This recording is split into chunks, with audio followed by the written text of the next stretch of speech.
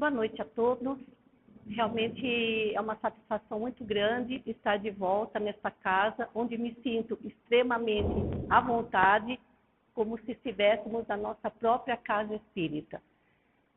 Então, é realmente bastante satisfatório, sobretudo porque vocês me dão a oportunidade de compartilhar as nossas reflexões em torno do Evangelho à luz do Espiritismo. O tema de hoje fala da resignação, que é uma virtude pouco trabalhada, para não dizer esquecida. E o nosso propósito é procurar quais os ensinamentos que o Espiritismo nos proporciona para que a gente possa desenvolver essa virtude. Ou, se já temos algum pouquinho dessa resignação, como fazer para ampliá-la? O tema, a frase, o poder da resignação, me veio desta frase de André Luiz, num livreto, na verdade, chamado Brilhe Vossa Luz, onde ele diz: a resignação tem o poder de anular o impacto do sofrimento. Então, foi essa frase, quando ele colocou poder de anular ou amenizar o impacto causado pelo sofrimento. E outra frase dele, já no livrinho Agenda Cristã, também fala da resignação, onde ele diz que a rocha garante a vida no vale por resignar-se à solidão. E essa frase me chama a atenção por ele colocar a resignação como suporte. E deve ser um suporte firme para que a gente consiga construir alguma coisa. Vamos caminhando. Qual a diferença entre obediência e resignação? É no Evangelho segundo o Espiritismo, lá no capítulo 9, que fala justamente sobre a obediência como sendo o consentimento da razão e a resignação é o consentimento do coração. Ambas são forças ativas, não passivas, porque levam o fardo das provas que a revolta insensata deixa cair. Então, quando ele fala que a revolta insensata deixa cair o fardo das nossas provações, qual é a consequência disso? Que nós vamos ter que pegar esse fardo e carregar novamente nas costas, aumentando a carga dos nossos sofrimentos e dificuldades.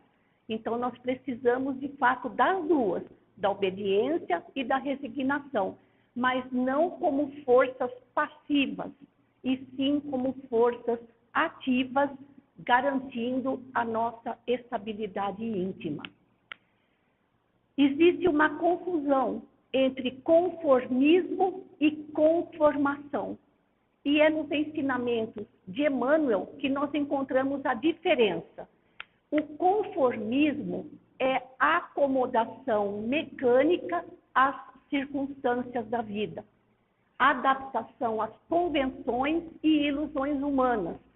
É aquele que se deixa levar, que dança conforme a música, que se acomoda e ainda por cima, ainda joga a culpa em Deus, falando frases mais ou menos desse tipo. É a vontade de Deus, é Deus que quis assim e não faz nada para melhorar.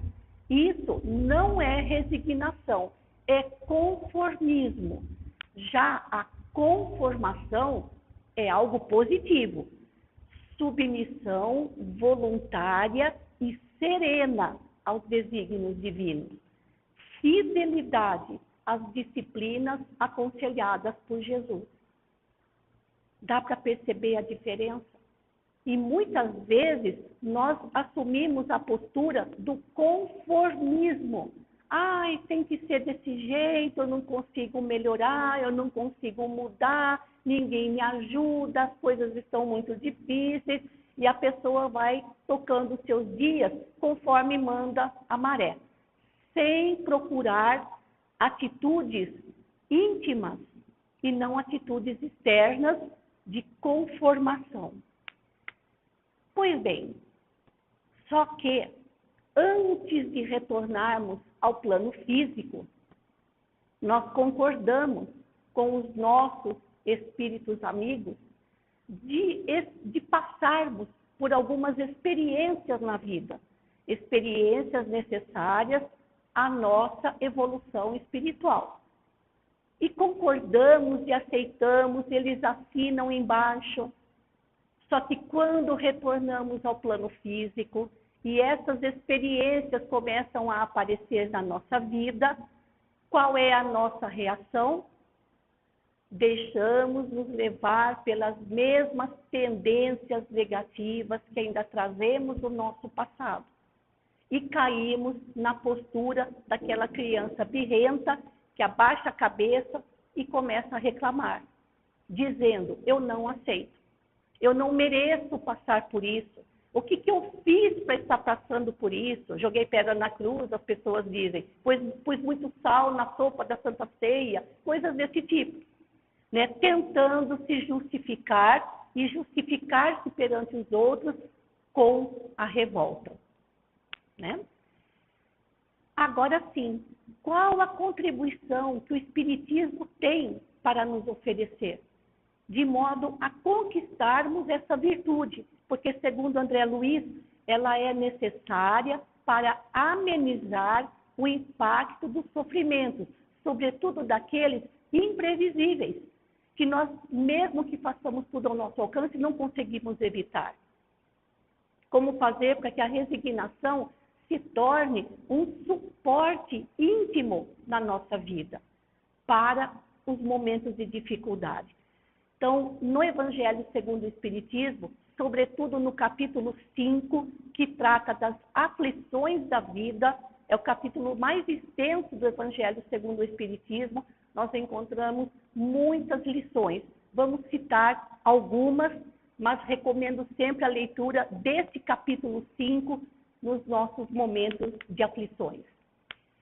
O que diz o Espiritismo? Deixa eu botar aqui, apertei uma aqui, ó.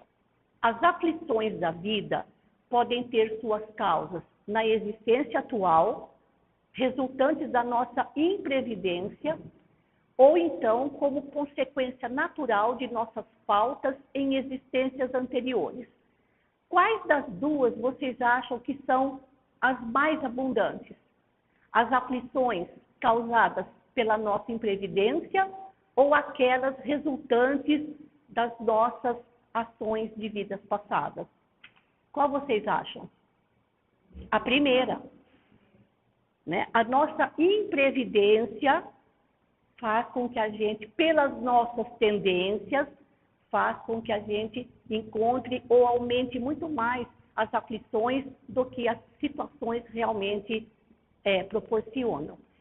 Então, já temos aí, aflição todo mundo tem, mas que a gente possa, pelo menos, amenizar aquelas que vêm pela nossa imprevidência, porque as das existências anteriores já são de bom tamanho. Outro ensinamento: o sofrimento é inerente ao nosso atual estágio evolutivo. Na escala espírita, nós ainda estamos na terceira ordem, que é a ordem dos espíritos impuros. A ordem que engloba os espíritos imperfeitos. Então, nós somos infelizes porque somos imperfeitos. Só vamos alcançar a felicidade plena quando nos tornarmos espíritos redimidos, quando alcançarmos a angelitude. Até lá, nós ainda teremos muitas lições, mas outra coisa que o Espiritismo nos ensina é a saber sofrer, sem aumentar o sofrimento além daquilo que ele realmente é. Todas essas frases, gente, são de Allan Kardec, lá no capítulo 5 do Evangelho. E essa terceira eu acho fantástica. Toda dor tem uma causa justa, porque Deus é justo, claro, e um objetivo útil, que é o nosso aperfeiçoamento espiritual. Então, ao invés de perguntarmos por que, meu Deus, eu estou passando por isso, Vamos lembrar, a causa é justa, mesmo que a gente não conheça. A causa é justa porque Deus é justo. Então, ao invés de perguntarmos por que, meu Deus, perguntemos, para que, Senhor, eu estou passando por essas dificuldades? Qual é o objetivo útil que o Senhor quer me mostrar? Porque atrás de todo sofrimento, atrás de toda aflição, toda dificuldade, existe um ensinamento que nós necessitamos assimilar para avançarmos na nossa jornada espiritual. Todos os sofrimentos encontrarão sua consolação na fé no futuro e na confiança na justiça de Deus, que Jesus veio ensinar à humanidade sofredora. Todos os sofrimentos, todos. Então, resta para a gente aprender para que a nossa fé no futuro seja realmente consoladora e que a nossa confiança na justiça de Deus acalme o nosso coração. A mudança na maneira de encarar a vida presente é necessária para direcionar nossas aspirações para a vida futura que a todos aguarda. Porque muitas vezes nós exageramos as situações difíceis pelas quais passamos. Nós é que somos o problema e não a situação em si. Então, se conseguirmos, de fato, alcançar essa fé no futuro, confiança na justiça de Deus e nos lembrarmos que tudo que diz respeito à nossa vida material é passageiro, nós vamos dirigir o nosso olhar para frente. E Kardec sempre dizia isso. O espírita deve ter os seus olhos voltados para o futuro. E esse futuro é eterno. A situação pode melhorar. Ela vai melhorar se nós mudarmos as nossas posturas. O que mais o Espiritismo nos ensina? Que a brevidade e a transitoriedade de tudo que se relaciona à vida material nos conduzem ao desprendimento dos bens materiais. Mas não é só desprendimento de bens materiais. É desprendimento das posições que ocupamos, da carreira que seguimos, da profissão que abraçamos, dos afetos que constituem a nossa vida, de familiares, amigos, colegas de trabalho. É desprendimento de tudo e de todos. Por isso que de vez em quando a gente costuma comentar lá no nosso grupo espírita, solte os seus prendedores. O que está te prendendo? Solte esses prendedores, porque tudo que diz respeito a situações e laços e embaraços na vida material, tudo é transitório. O concurso dos bondosos amigos espirituais não nos faltará, nunca, quando buscarmos o amparo divino através da oração. E a caridade é o recurso salvador, pois amenizando a dor do próximo, as nossas serão igualmente amainadas. Como diz Clarice Lispector, guardei minhas dores no saco e fui amparar a dor do meu próximo. E quando a gente começa a se preocupar mais com as necessidades dos nossos semelhantes, parece que as nossas são resolvidas milagrosamente e tudo vai se encaixando. Basta que a gente tire o foco de cima só da gente mesmo, né? Então, tudo isso daqui são ensinamentos de Kardec que a gente encontra desenvolvidos plenamente lá nesse capítulo 5. Outra coisa que o Espiritismo ajuda a gente é na maneira de encarar a vida terrena, que é uma frase de Kardec que eu gosto muito, que ele diz assim: mesmo que o homem relute, achando que morreu, acabou, e não tem mais nada além da morte, ele não consegue deixar de pensar no futuro. Só que pensar nesse futuro como sendo eterno. Então, nós precisamos esticar o nosso olhar para horizontes mais longe, mais longínquos, e lembrar disso, que tudo aqui é transitório. Por causa disso, nós passamos a dar menos importância para as coisas mundanas. Passamos a moderar os nossos desejos, contentando-nos com a nossa posição sem invejar a dos outros. Passamos a sentir menos os reveses e as decepções da vida. Aprendemos até a agradecer a Deus pelos momentos de dificuldades, pelas decepções. E além disso, com esta postura, nós conquistamos uma calma e uma resignação tão úteis à saúde do corpo como à saúde da alma. Então, esses são os ensinamentos que o Espiritismo nos proporciona para que a gente consiga conquistar a resignação como sendo suporte para a nossa estrutura íntima. Mais uma vez, lá no Evangelho segundo o Espiritismo, nesse capítulo 5, a calma e a resignação adquiridas na maneira de encarar a vida terrena e a fé no futuro dão ao espírito uma serenidade que é o melhor preservativo da loucura e do suicídio. E nós estamos atravessando momentos difíceis para a humanidade terrena. E se não tomarmos cuidado, se não orarmos, vigiarmos, nós embarcamos nessa onda de loucura coletiva. Não loucura no sentido físico, mas sem norte, sem foco, sem objetivos. Né? Emmanuel diz que as bem-aventuranças são credenciais para o espírito. O que significa isso? Uma credencial concede direitos, a plenitude de direitos. E não sei se vocês recordam do livro Nosso Lar e do próprio filme,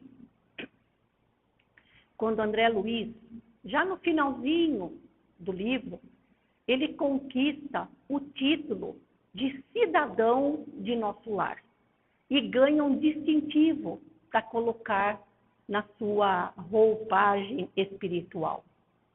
Agora, imaginem que delícia, que alegria ao retornarmos ao plano espiritual e ao encontrarmos com os nossos protetores espirituais, eles disserem para a gente: você conquistou essa credencial de bem-aventurado, porque soube sofrer resignadamente.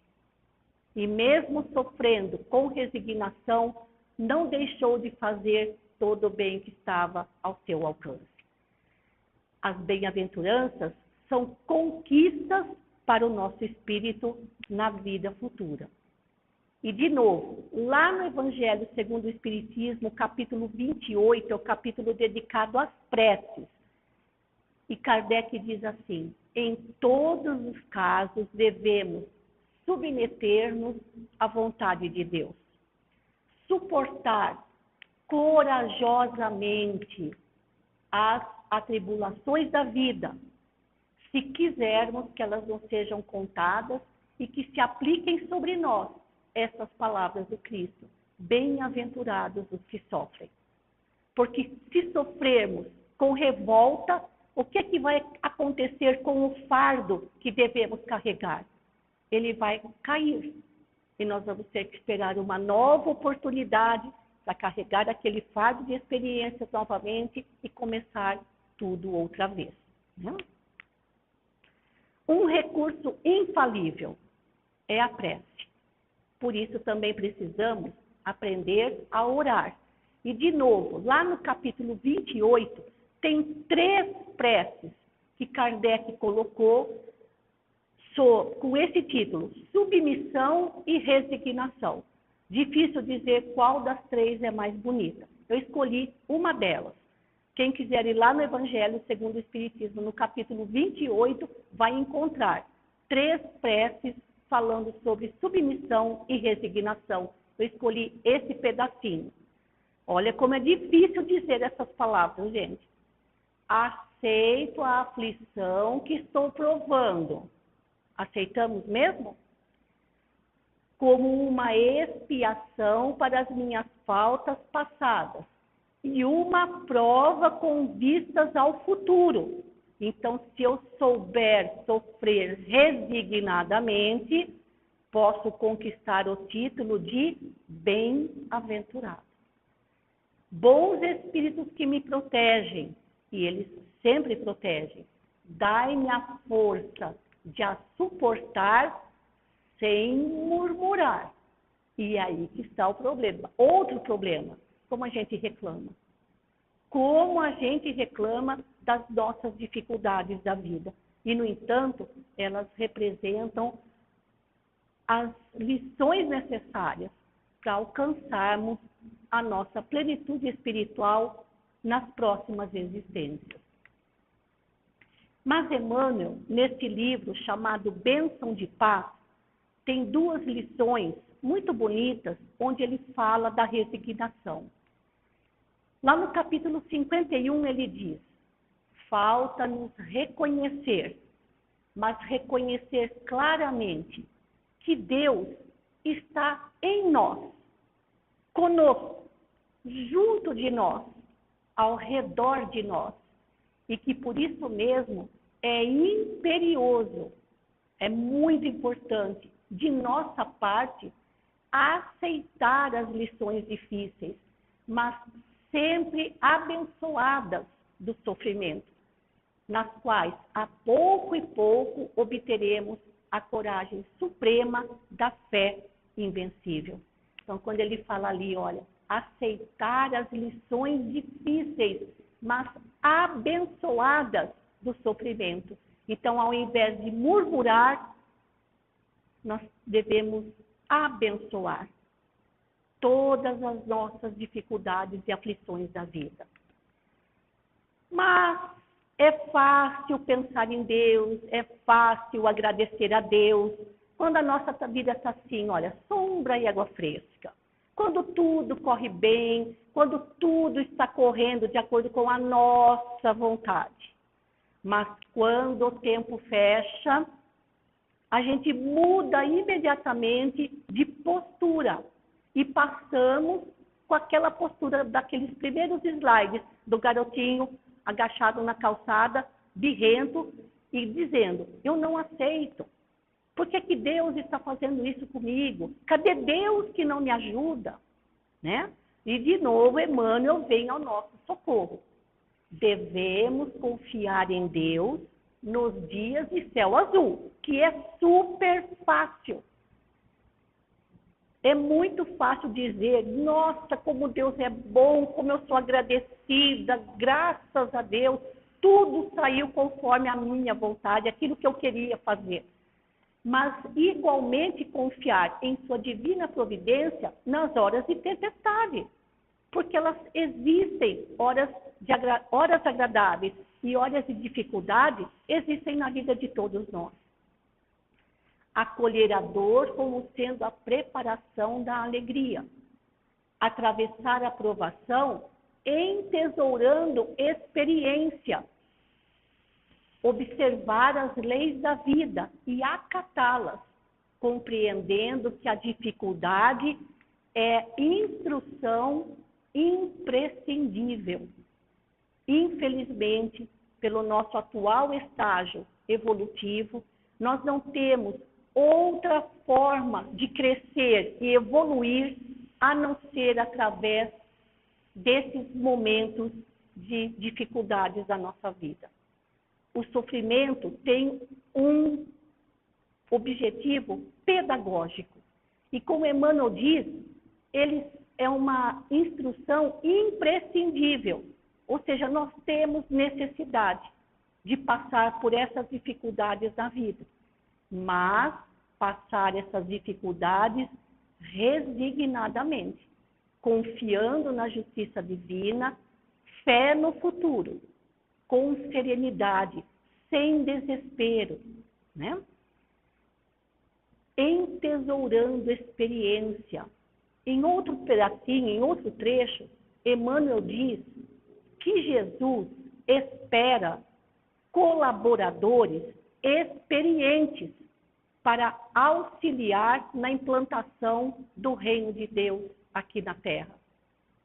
E para conquistarmos essa experiência, nós precisamos passar pelas lições que o sofrimento nos traz. Não sei se vocês conhecem Casimiro Cunha. Ele viveu em Vassouras, no Rio de Janeiro, e ele ficou completamente cego aos 16 anos. Mesmo assim, ele casou-se, a sua esposa também tinha dificuldades da visão, era deficiente visual, teve filhos, e por causa dessas dificuldades, ele atravessava muitas dificuldades materiais para sustentar a sua família.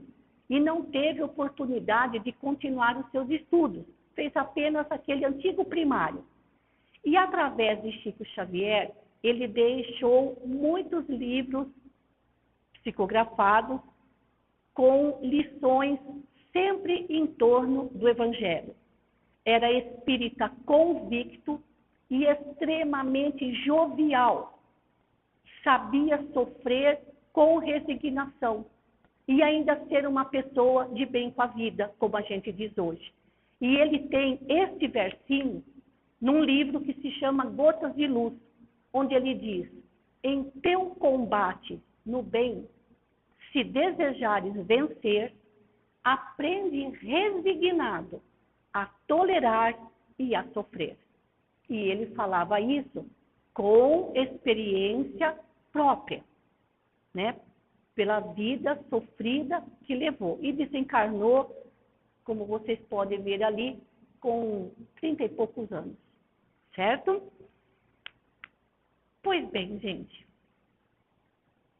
O que é, afinal de contas, ser resignado? O que é a resignação? É estar em paz com Deus. É parar de brigar com Ele. É parar de brigar consigo mesmo. É aceitar as suas determinações, os seus desígnios, como sendo o melhor para nós. Chico Xavier, certa vez, fez uma prece, onde ele estava num momento muito difícil da sua vida, e ele disse mais ou menos assim: Senhor, mesmo que eu venha a perder todas as minhas esperanças nas pessoas que me rodeiam, nas situações pelas quais eu estou vivendo, não me deixe perder a confiança de que os teus planos são os melhores para mim. Então, essas palavrinhas, os planos divinos, os planos que Deus determinou para nós, são os melhores para nós. O problema é que nós não acreditamos nisso. O problema é que nós achamos que os nossos planos é que vão funcionar para a gente. Então, o corpo físico que Ele nos deu, a família onde renascemos, a atividade profissional que abraçamos, as dificuldades de saúde, as dificuldades de relacionamento. Nós estamos no melhor lugar, com as melhores companhias para o nosso progresso na nossa jornada espiritual. Quando finalmente aceitamos com fidelidade os desígnios divinos, nós paramos de brigar com Deus. Porque a pessoa revoltada é aquela que está sempre enfrentando as determinações divinas e não aceita o que a vida lhe propõe. Se nós fôssemos buscar lá no fundo de cada pessoa que se diz deprimida, desanimada, passando por períodos de depressão e alguns bem complexos, mas se a gente pudesse buscar lá no fundo, bem lá no fundo, a razão, nós encontraríamos uma só: a revolta, a inconformação com a vida que tem, com a vida que leva. inconformado com si próprio, inconformado com os outros, infeliz com a vida, infeliz consigo mesmo. Então, quando pararmos de brigar com Deus, quando pararmos de querer tomar o lugar dele, porque isso é uma coisa que também anda acontecendo. Nós queremos prover tudo para todos. Só Deus tem esse poder. Nós mal conseguimos dar conta da própria vida. Então, não é estar no lugar dele, nem tomar o lugar dele e nem ficar enfrentando aquilo que ele nos proporciona. Mas não cruzar os braços e falar com aquele ar de quem não quer saber de nada. Ai, foi Deus quem quis, é a vontade de Deus. Nada disso. É uma atitude ativa, uma conformação ativa e não passiva. Então, diante dessa imagem maravilhosa, como se a gente pudesse se transportar para lá, observando a criação divina, onde tudo funciona em perfeita harmonia. Os únicos que estão fora do compasso somos nós. Quando nós nos encaixamos no compasso divino, nós ficamos em paz com Deus e em paz com a gente mesmo. É isso que eu gostaria de ter deixado para vocês essa noite. Muito obrigada. Bom?